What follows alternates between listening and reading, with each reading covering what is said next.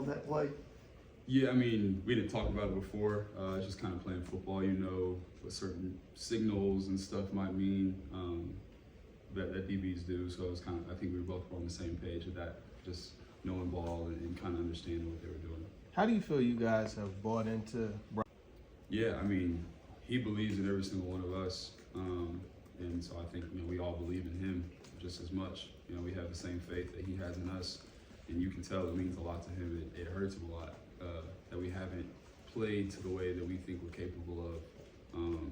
And really what we planned to do when we started this season. So nothing changes. I mean, I feel like we still have that same faith because he still has that same faith in us. Seeing him go crazy, excuse me, the way he did after that call on Mike Brown, like, does that kind of reinforce what you're saying as far as like how it hurts him so much and how much you can tell he cares?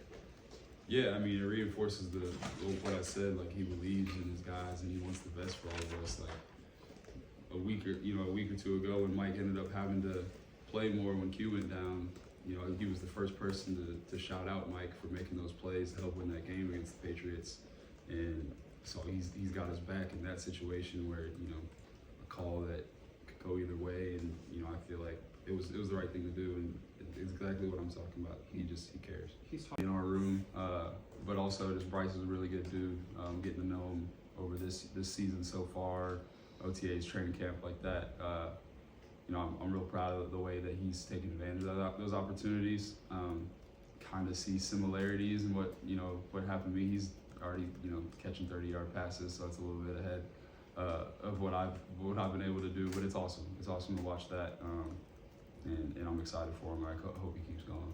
I'd say I feel that way. I do feel like there's movement underneath the surface. The wins and losses don't look the way we want them to, but I can feel just a difference in the energy, especially on the sideline in that game. Like, I remember after my touchdown, I remember that first, I think it was like the first drive we had back on offense, and Rid caught, a deep out route, and I was like, okay, we're about to get rolling. Like, we're about to take back over this game.